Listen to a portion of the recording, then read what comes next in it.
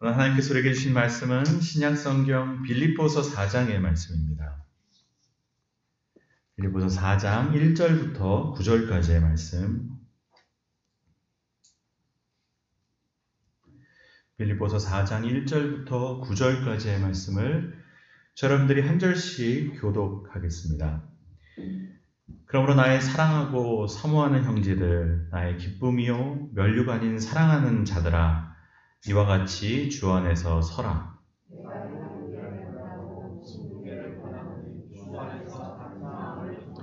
또 참으로 나와 멍에를 같이 한 내게 구하노니 복음에 나와 함께 힘쓰던 저 여인들을 돕고 또한 글레멘드와 그 외에 나의 동역자들을 도우라.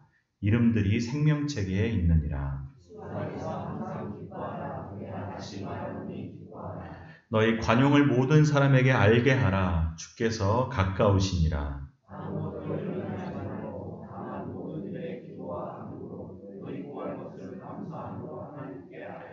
그리하면 모든 지각에 뛰어난 하나님의 평강이 그리스도 예수 안에서 너희 마음과 생각을 지키시리라.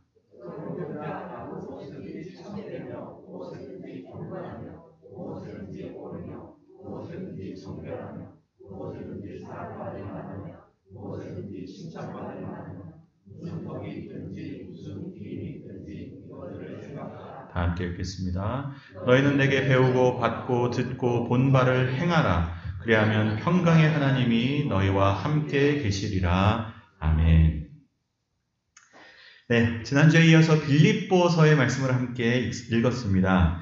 이 빌립보라는 도시는 사도 바울이 2차 전도 여행 때 이제 가게 되어 선교했던 도시인데 유럽 지역의 첫 번째 선교지였습니다. 이 빌립보라는 도시는 이 가까이에 있는 데살로니가보다는 작은 도시였지만 이 빌립보 도시 자체가 이 중요한 도로가 지나는 이 교통의 요충지였고 또 이 도시는 로마의 퇴역 군인들, 이 로마 시민들이 굉장히 많이 살았다. 그래서 여러분 이 빌립보는 로마 제국에 의해 면세나 또 자치와 같은 특혜를 누리던 로마 시민들이 살고 있었던 아주 자부심이 있었던 그런 도시였습니다. 사도 바울이 하나님의 이제 인도하심에 이 도시로 가서 선교를 하게 되었는데, 여러분이 잘 아시는 자주장사 루디아, 아주 부유한 이제 여성 사역가였던 루디아가 이 빌립보, 특별히 유럽 지역의 첫 성도로서 이제 사도행전 16장에 기록이 되어져 있고, 그 외에도 이제 수많은 사람들이 그곳에서 변화를 받아 이 세워진 교회가 빌립보 교회입니다. 여러분이 잘 아는 이야기들이 이제 이 빌립보에서 많이 일어났습니다. 이 사도 바울이 선교를 했지만 어려움이 없었던 게 아닙니다. 이 귀신 들린 여자 노예 하나를 이렇게 고쳐줬다가 그로 인해서 막 매를 맞고 옥에 갇히고 그날 밤에 사도 바울이 옥중에서도 찬양하고 감사했을 때 옥문이 열려가지고 그것을 본 간수가 자결하라고 했을 때 사도 바울이 그걸 멈추면서 주 예수를 믿으라. 그리하면 너와 내 집이 구원을 얻는다. 이렇게 복음을 전했던 그 도시가 바로 이 빌립보입니다. 이 바울이 떠나고 나서도 빌립보에서 신앙생활을 한다는 건 쉽지 않았습니다. 핍박이 계속됐고 이 빌립보는 신앙생활하기 쉽지 않았던 도시였지만 빌립보 교회 성도들은 변치 않았습니다. 그 가운데서도 열심히 신앙생활을 하면서 사도 바울의 이제 사역을 끝까지 도왔고 또 예루살렘 교회가 어렵다는 얘기를 들을 때는 또 막 구제 헌금을 내어서 예루살렘 교회 성도들의 형편을 도왔다. 아주 헌신된 교회가 바로 이 빌립보 교회였습니다. 그래서 여러분 사도 바울의 입장에서는 이 빌립보 교회를 생각할 때마다 늘 감사하고 기쁜 겁니다. 야, 어떻게 저 교인들은 내가 있을 때나 없을 때나 저렇게 한결같이 신앙생활을 잘할까. 이 빌립보 교회 목회자였던 사도 바울 입장에서는 이 빌립보 교회가 참 고마운 겁니다. 사실 내가 빌립보에 처음 도착했을 때 내가 생각지도 않은 곳에 가게 되어서 내가 선교를 어떻게 할까 걱정되었는데 막 성도들이 변화된 것을 보면서 하나님이 이곳에도 이렇게 예비한 성도들이 있구나. 유럽에도 하나님께서 복음의 문을 열어주시는구나. 나는 지금 이 터키 지역만 선교하려고 했는데 하나님이 이 그리스 지역에도 이렇게 예배해 놓은 영혼들이 있구나. 사실은 빌립보의 성도들은 사도 바울에게는 이 하나님께서 일하심을 보여준 바로 그런 성도들이었던 겁니다. 자신이 어떻게 해야 될지 모를 때, 왜 여기 왔는지를 모를 때 하나님이 이 빌립보 교회 성도들을 통해서 내가 유럽에도 복음을 증거할 거야. 유럽에도 내 마음이 있고 내 뜻이 있어. 이것들을 이 성도들을 통해서 확인하게 된 겁니다. 그래서 여러분, 사도 바울에게는 빌립보 교회는 굉장히 특별한 의미를 갖고 있는 교회입니다. 여러분, 이런 사도 바울이 빌립보 교회 성도들을 향한 그 마음이 오늘 1절을 보면 아주 구구절절에 표현되어져 있습니다. 여러분 1절 한번 보십시오. 그러므로 나의 사랑하고 사모하는 형제들, 자매들, 나의 기쁨이고 면류관인 사랑하는 자들아. 여러분 우리는 성경에 이런 표현들을 너무 자주 봐가지고 굉장히 건조하게 읽게 되는데 여러분 지금 이 한 단어 한 단어가 사도 바울이 마음을 담아 아주 꾹꾹 눌러 쓴 그런 표현들입니다. 네, 사랑하고 사모하는. 너희들은 정말 내 기쁨이고 너희들이 내 면류관이다. 여러분 이거 그냥 습관적으로 쓴 표현이 아닙니다. 진짜 사도 바울에게는 빌립보 교회 성도들이 이런 존재들이었습니다. 여러분도 아마 그런 사람들이 있을 겁니다. 그 사람만 생각하면 너무 기쁘고 그 사람만 생각하면 너무 기특하고 대견하고 여러분 그런 마음이 사실은 이 빌립보 교회를 향한 사도 바울의 마음이었습니다. 근데 이제 그렇게 사랑하고 대견해하고 좋아하는 그들에게 사도 바울이 편지를 마무리하면서 이 권면을 한 가지 합니다. 부탁을 하나 합니다. 그게 뭡니까? 1절 뒷부분에 나와 있듯이 이와 같이 주 안에서 서 있어야 된다. 내가 너희들이 이렇게 바라는 건 다른 거 없어. 너희들이 주 안에서 서 있기를 원한다. 여러분, 이 주 안에서 서라는 말은 사실 우리나라 번역으로는 약간 어감이 죽었는데 원어적인 의미로는 굳게 서라는 말입니다. 그래서 이제 영어 성경을 봐도 stand firm이라고 얘기합니다. 굳건하게 서라. 이 헬라어, 서라는 이 헬라어 단어가 이 스테케테라는 단어인데 이 스테케테라는 단어가 어떨 때 쓰는 단어냐면 군인들에게 쓰는 단어입니다. 군인들이 적이 공격해 올 때 진영을 흐트러뜨리지 않고 그 공격에 대항해서 서 있는 그 모습을 표현한 단어가 이 스케테라는 단어입니다.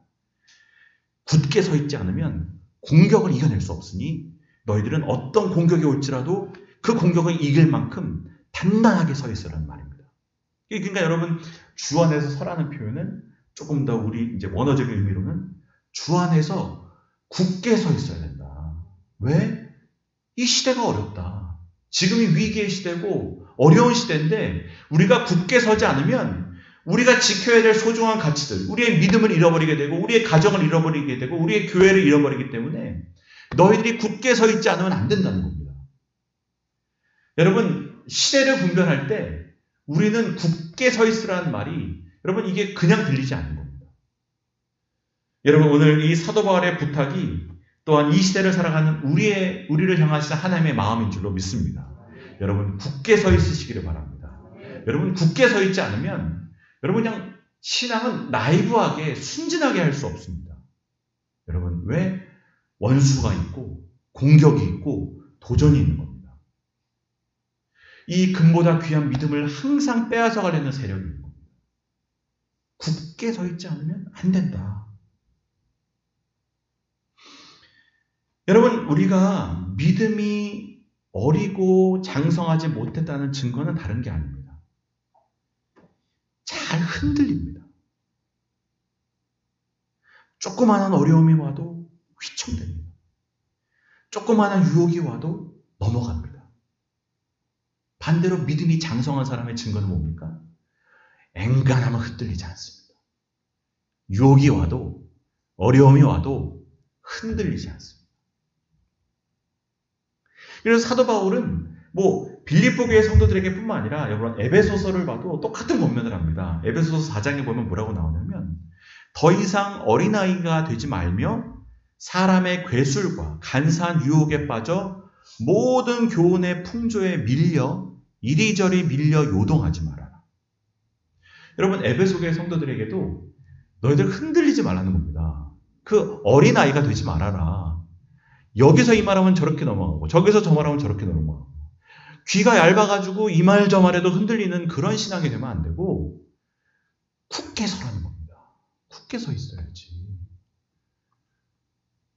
우리가 믿음에 장성한 사람이 되어야 된다. 여러분, 우리가 사는 이 시대가 그렇습니다. 우리가 사는 시대에도 얼마나 많은 소리들이 있습니까? 야, 이렇게 하면 돈 번다. 저렇게 하면 된다. 이렇게 가야 된다. 저렇게 살아야 된다. 모든 교훈에 밀려 이리저리 휩쓸리는 게 우리의 인생입니다.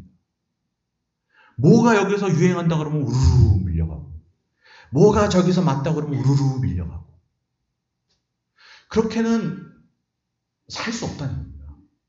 그렇게 휩쓸려 살다 보면 결국 우리가 진짜 지켜야 될 소중한 가치들을 잃어버리게 된다는 겁니다. 믿음을 잃어버리고 가정을 잃어버리고 교회를 잃어버리고 나중에 되면 이리저리 흔들리다가 남는 게 없는 겁니다. 진짜 중요한 것들을 잃어버리고 산다는 겁니다. 그걸 지키려면 너희들이 굳게 서 있어야 된다는 겁니다. 심지가 굳지 않으면 이거 뭘 지키고 살겠냐는 겁니다. 여러분, 우리가 나무를 보면 그렇지 않습니까? 이 크게 올라온 나무들, 뿌리를 깊이 내린 나무들은 웬만한 바람에는 흔들리지 않습니다. 버텨내는 겁니다. 근데 여러분, 그 나무를 지탱하는 힘이 어디서 오는 겁니까? 눈에 안 보이는 부분, 눈에 안 보이는 뿌리로부터 오는 겁니다. 여러분, 사람도 마찬가지입니다. 사람도 눈에 보이는 부분이 우리를 지탱해 주는 게 아니라 눈에 보이지 않는 부분이 우리를 지탱해 주는 겁니다.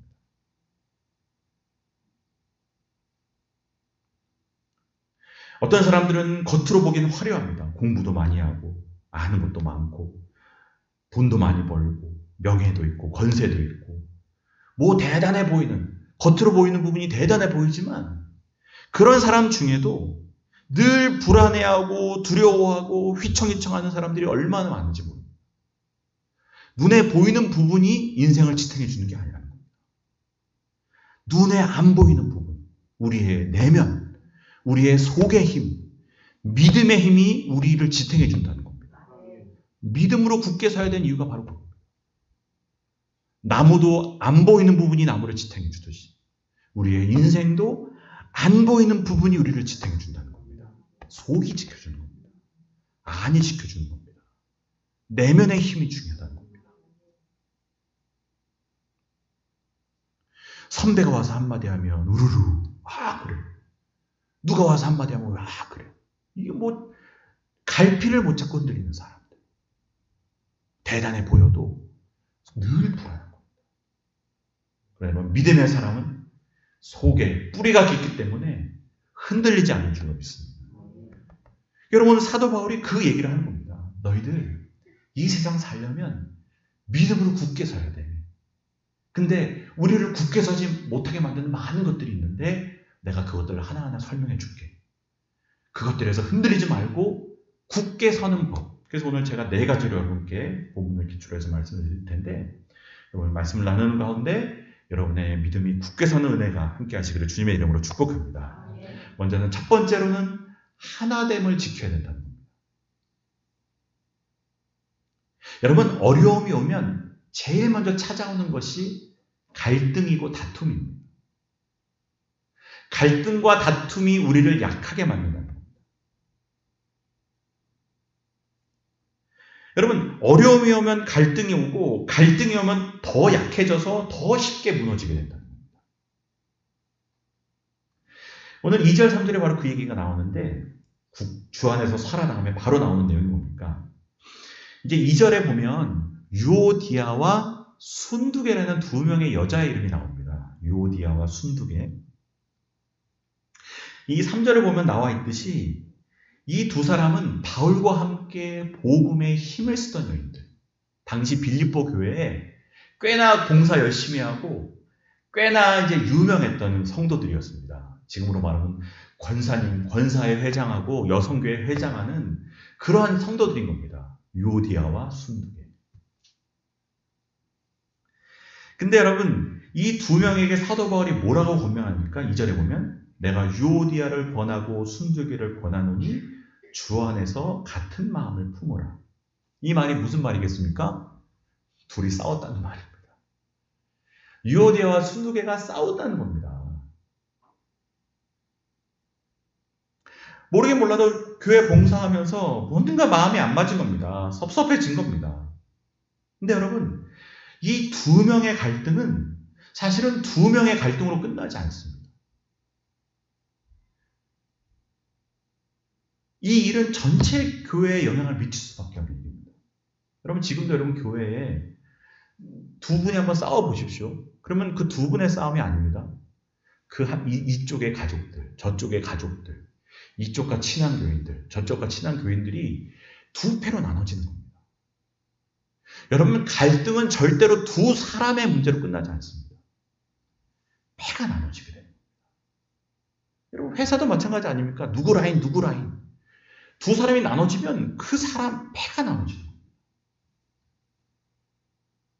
결국은 여러분, 두 사람의 싸움인데 교회 전체가 아무 기능을 못하는 불능 상태에 빠지는 겁니다.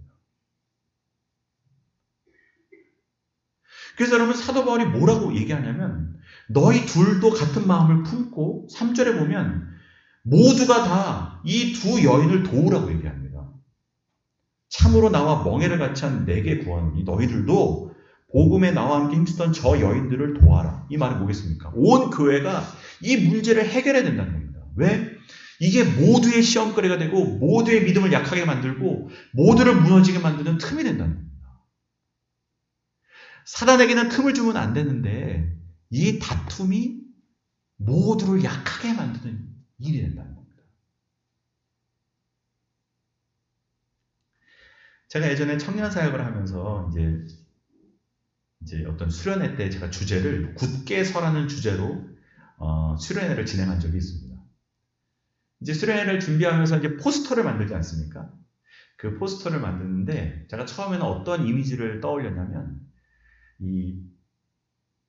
제가 아까도 말씀드린 굳게 서 있는 나무, 멋진 나무, 바람에 흔들리지 않을 것 같은 그런 큰 나무를 뒤에 배경으로 해가지고 이제 포스터를 만들면 되겠다. 그 앞에다가 굳게 서라. 딱 이렇게 써놓으면 이게 주제를 잘 전달하는 포스터가 되겠다라고 해서 제가 나무 이미지를 굉장히 많이 찾았습니다.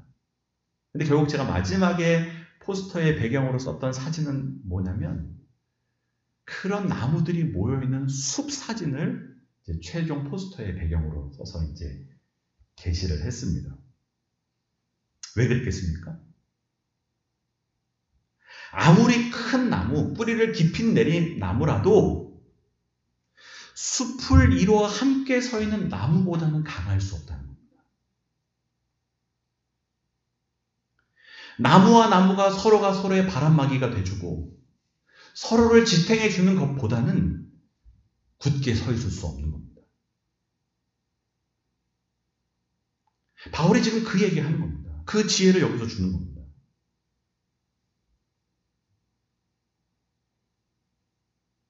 이 위기의 시대에 우리가 숲을 이뤄도 이 바람을 이겨내기가 쉽지 않은데 어떻게 그렇게 둘이 싸워가지고 서로 각각 서 있으면 이거 어떻게 이겨내겠냐. 여러분, 어떤 가정은 어려움이 딱 오면 하나로 딱 뭉치는 가정이 있습니다. 근데 어떤 가정은 어려움이 올 때마다 싸움을 하는 가정이 있습니다.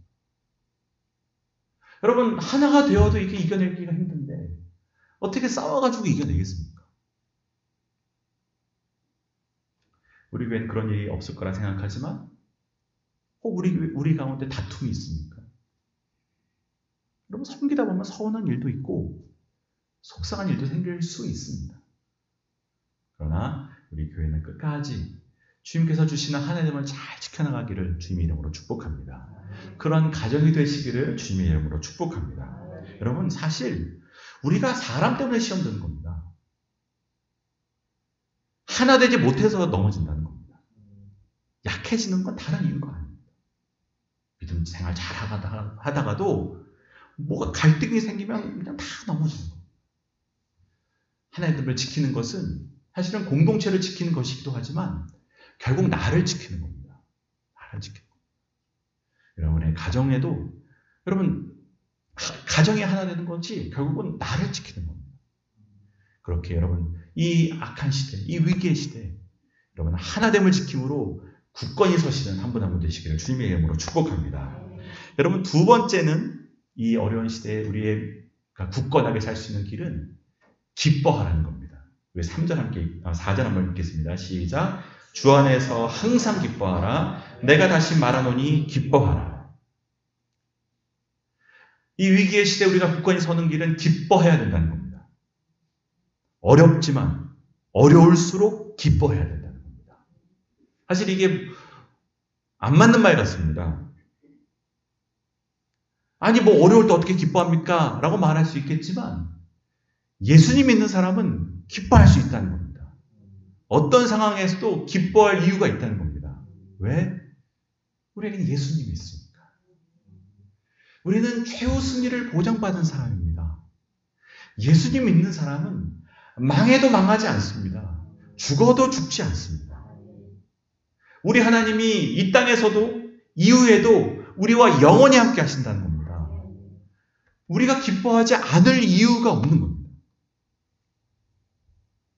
도전이 강하면 강할수록 오히려 예수님 믿는 사람은 더 웃습니다. 여러분도 그런 경험을 해보신 적 있습니까? 힘든 일이 오면 와라 와. 오히려 더 웃음이 나는 겁니다. 더 기쁨이 있는 겁니다. 나를 죽여봐. 내가 안 죽지. 오히려 어려움이 오면 올수록 내 마음은 기쁨이 가득 차는 겁니다. 여러분 베드로가 풍랑 가운데도 예수님 바라볼 때는 무리를 걸어가는 겁니다. 무리를 걸어가는 기쁨이 있고 믿음이 있고 담대함이 있는 겁니다. 여러분 그렇습니다. 풍랑이 몰려와도 예수님 바라보는 사람은 무리를 걷는 겁니다. 기쁨을 빼앗아갈 수 없는 겁니다. 무리를 걷는 믿음이 있는 겁니다. 여러분 기뻐하는 사람을 무슨 수로 넘어뜨리겠습니까?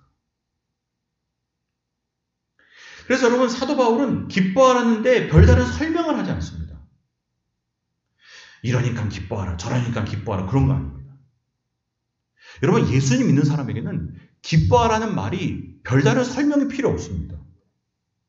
오히려 예수님 만나는 사람에게 기쁨의 이유를 설명하는 것이 오히려 이상한 일입니다. 야, 예수님 만났는데 어떻게 기뻐하지 않을 수가 있어. 그러니까 여러분 별다른 설명이 없습니다. 주님 안에서 기뻐해라. 사실 여러분 지금 사도 바울이 기뻐하라고 권면하고 있지만 인간적으로 볼 때 사도 바울은 지금 남에게 기뻐하라고 말할 수 있는 형편의 사람이 아닙니다. 왜? 여러분 빌립보서는 감옥에서 쓴 편지입니다. 그러니까 옥중서신이라고 말하는데 지금 감옥에 있는 사람이 멀쩡하게 잘 살고 있는 사람들에게 오히려 기뻐하라고 편지 쓰고 있는 겁니다. 이게 말이 되는 상황입니까? 그런데 사도 바울은 그렇게 얘기하는 겁니다. 기뻐해라, 야, 기뻐해. 나는 지금 감옥에 있지만 기뻐. 내가 감옥에 있다고 해야 될 일을 못한 일이 하나도 없어. 감옥에 있다고 뭐 어려운 일이 없어. 나는 괜찮아. 내가 여기서 기뻐하듯이 너희들도 기뻐해. 감옥에 있는 사도 바울에게 기쁨을 빼앗아갈 수가 없습니다. 그러니 너희들도 어떤 상황 가운데 있든지 기뻐하라는 겁니다. 미로슬라브 볼프라는 이 미국의 유명한 신학자가 있습니다. 원래 이분이 크로아티아에서 태어났는데 이제 미국에 가서 신학자로 아주 많은 활동을 했던 분인데 이분이 기쁨에 대한 이야기들을 많이 했습니다. 그 중에 제가 한 가지 마음에 깊이 이제 기억하고 있는 이야기 중에 하나가 겸손한 사람이 기뻐할 수 있다는 겁니다. 겸손한 사람. 기쁨은 겸손이라는 토양 속에서 자란다는 겁니다. 이게 참 통찰이 있는 말이다라는 생각이 듭니다. 예수님이 항상 충만한 기쁨 가운데 있으셨던 이유는 그의 겸손함 때문이라는 겁니다. 여러분, 교만한 사람은 기뻐할 일이 없습니다. 생각해 보십시오. 교만한 사람은 모든 게 다 걸그치기 때문에 기뻐할 수가 없습니다. 저 사람이 나를 어떻게 대하나? 날 무시하진 않나? 나를 우습게 보진 않나? 여러분, 이 교만함이라는 것은 기본적으로 자기중심적인 마음이기 때문에 자기중심적인 이 교만함은 절대로 기쁨을 만들어내지 못합니다. 교만이라는 토양에서는 기쁨이 없습니다. 항상 경계하고 항상 사람들의 말을 편하게 듣는 법이 없습니다. 다 곱깝게 들리는 겁니다. 교만은 기쁨이 나오지 못합니다. 여러분, 겸손은 아닙니다. 겸손은 걸글치는 게 없습니다. 여러분, 예수님을 만난 사람, 예수님을 닮아가는 사람은 기쁠 수밖에 없는 이유가 겸손하기 때문입니다. 그래서 여러분, 모든 것을 다 넘어갈 수 있습니다. 왜? 겸손하니까. 기쁨을 빼앗기지 않는 겁니다. 기쁨을 지키는 겁니다. 여러분, 그래서 예수님 만난 사람은 기쁠 수밖에 없는 겁니다. 여러분, 우리가 예수님 믿는다는 증거가 뭡니까? 예수님 닮아간다는 표현이 뭡니까? 기쁨 아니겠습니까?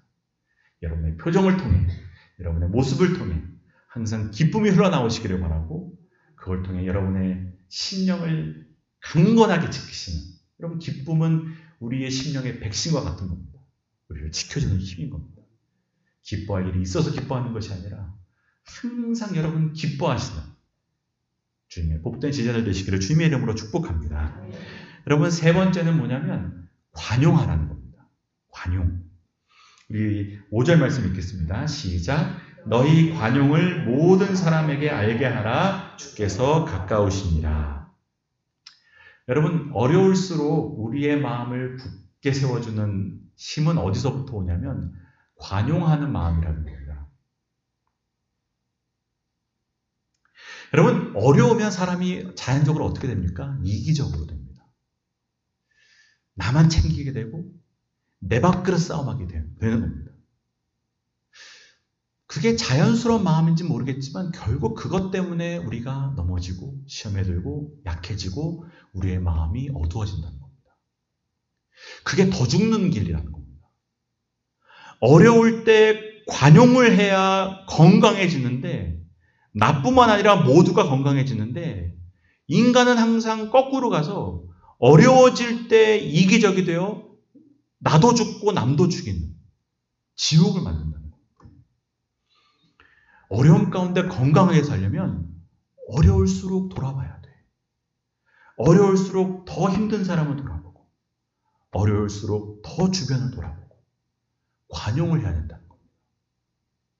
여러분이 관용이라는 여기 이 헬라어 표현은 에피에이케스라는 표현인데, 이게 내가 손해보더라도, 내가 좀 어려워도 쉽게 흔들리지 않는 인내의 마음을 표현하는 단어입니다.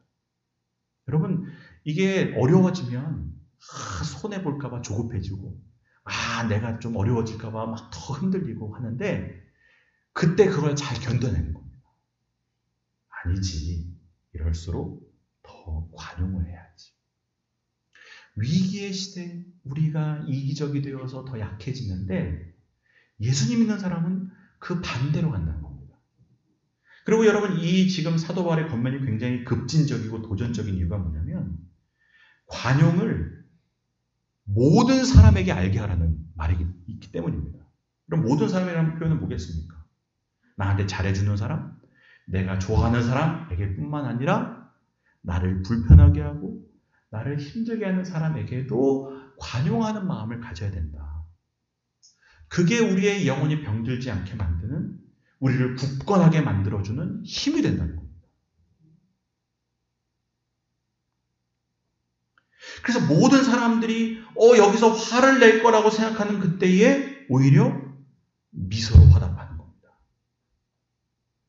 모든 사람들이 여기서 불평과 원망이 나올 법한데라고 생각하는 그때에 오히려 감사하고 칭찬한다는 겁니다. 그것이 우리를 굳게 세워주는 길이 된다는 겁니다.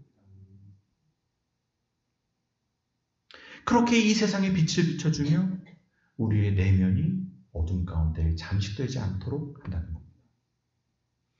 볼 게 많아가지고 넘어가겠습니다. 네 번째는 뭐냐면 이 위기의 시대에 걱정하지 않고 오히려 기도하는 것이 우리의 믿음을 굳게 세워준다는 겁니다. 우리 6절 말씀 읽겠습니다. 시작. 아무것도 염려하지 말고 너희 구할 것을 감사함으로 하나님께 아뢰라. 여기 보십시오. 그냥 사도 바울은 그냥 아주 단순하게 얘기합니다. 염려하지 말아라. 아무것도 염려하지 말아라. 여러분, 우리가 참 걱정을 많이 합니다. 걱정하는데 시간을 얼마나 하루에도 많이 보내는지 모릅니다. 근데 여러분, 걱정처럼 쓸모없는 것이 없다는 겁니다. 걱정처럼 비생산적이고 걱정처럼 효율적이지 못한 일이 없다는 겁니다. 야, 걱정해서 뭐가 바뀌냐?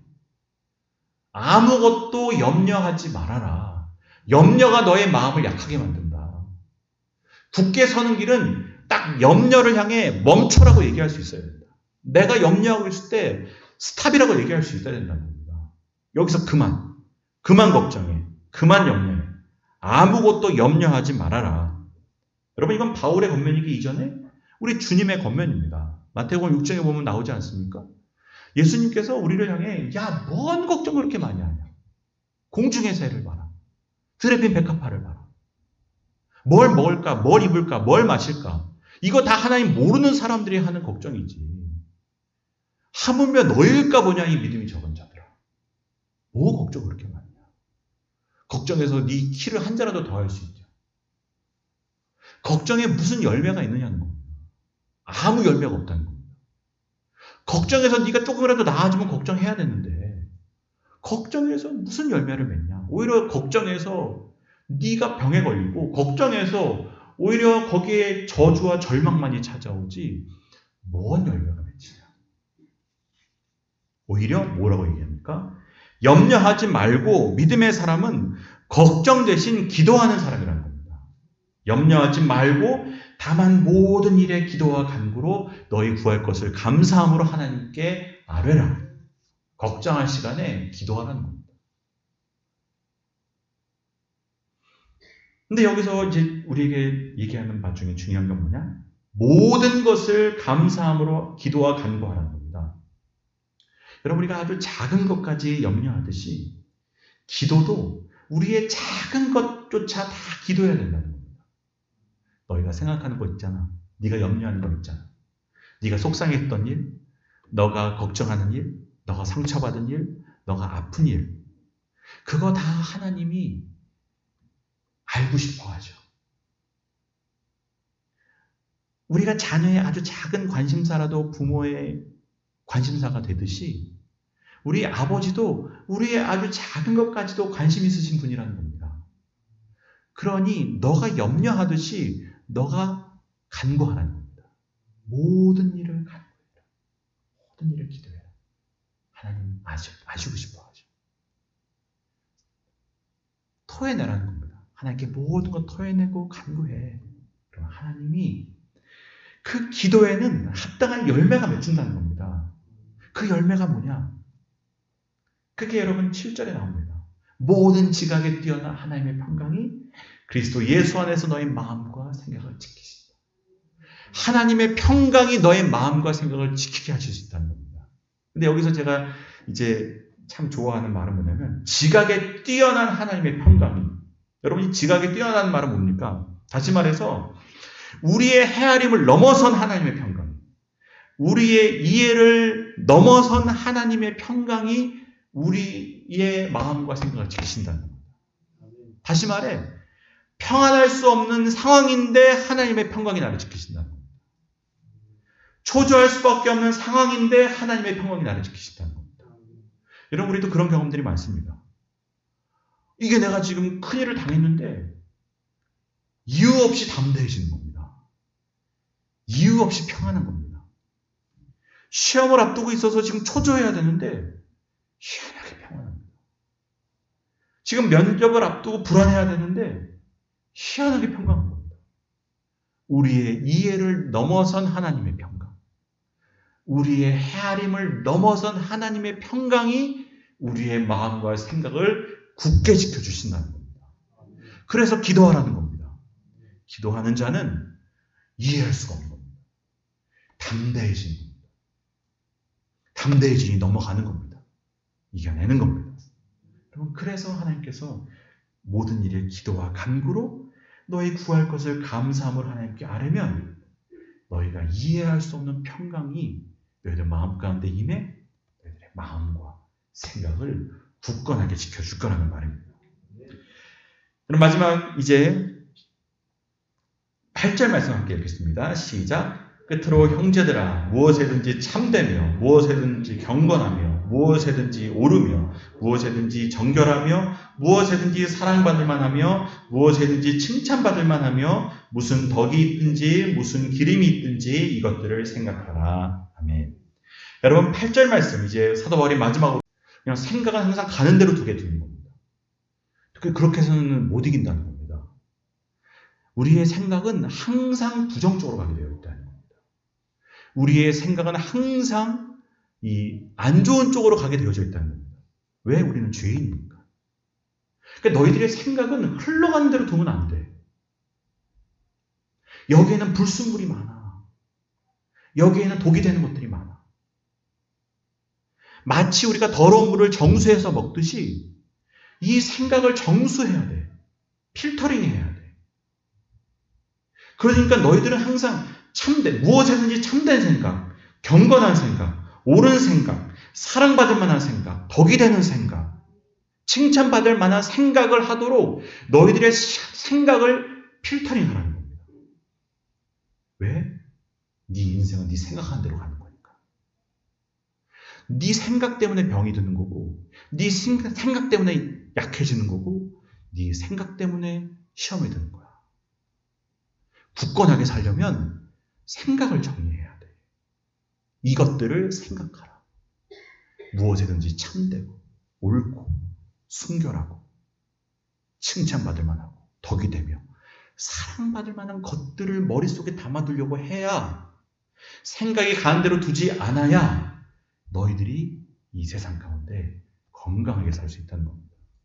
여러분, 생각을 그냥 두지 마시기를 바랍니다. 여러분, 아무리 생각해도 여러분, 우리는 부정적으로 갑니다. 여러분, 하루에도 우리가 얼마나 부정적인 생각을 많이 합니까? 나는 안 돼. 될 수가 없어. 뭐 이런저런 생각들이 항상 우리를 밑으로 끌어내립니다. 그때 그 생각을 정화시키라는 겁니다. 필터링 하라는 겁니다. 너희들은 이런 것들을 생각하고 다른 생각들을 하지 말라는 겁니다. 무엇에든지 참되고 오르며 칭찬받을 만하며 사랑받을 만하며 이런 것들로 너희들의 속을 채우라. 그래야 너희들이 약해지지 않는다. 여러분, 그래서 오늘 본문은 다른 건 얘기하는 게 아닙니다. 우리를 약하게 만드는 것들에 대해 얘기합니다. 그게 뭡니까? 갈등, 우울과 걱정, 이기심과 조급함, 또 우리를 약하게 만드는 여러 부정적인 생각들. 이런 것들이 우리를 항상 흔들어 놓고 우리를 끌어내리고 우리로 넘어지게 하고 우리를 죽게 만드는 그 모든 부정적인 것들 가운데서 너희들이 굳게 서야 된다는 겁니다. 굳게 서야 된다. 그러려면 하나됨을 지키라는 겁니다. 사람들과 갈등하지 말라는 겁니다. 기뻐하라는 겁니다. 염려할 시간에 기도하라는 겁니다. 그리고 여러분의 생각을 가는 대로 두지 말라는 겁니다. 그렇게 여러분, 우리 광장의 성도들이 이 위기의 시대에 굳게 서서 서로가 서로의 바람막이가 되어주는 분들이 되시기를 주님의 이름으로 축복합니다.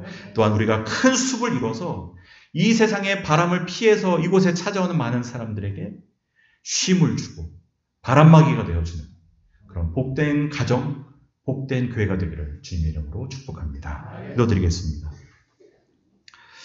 하나님 아버지, 우리가 우리의 몸의 건강은 늘 신경 쓰지만 우리의 마음의 건강은 신경 쓰지 않고 살아갑니다. 내가 무슨 생각을 하는지, 내가 뭐 때문에 이렇게 마음이 불안하고 초조하고 약해지는지, 우리는 마음을 돌아보지 않고 살지만 오늘 주님께서 우리에게 네 속을 돌아봐라. 굳게 서야 된다. 이 위기의 시대에 힘있게 서지 않으면 넘어진다. 라고 말씀해 주시며 우리의 생각을 돌아보도록, 우리의 믿음을 돌아보도록 말씀해 주십니다. 주님, 우리 광장교회 성도들 굳게 서는 성도들 되게 하여 주시옵소서.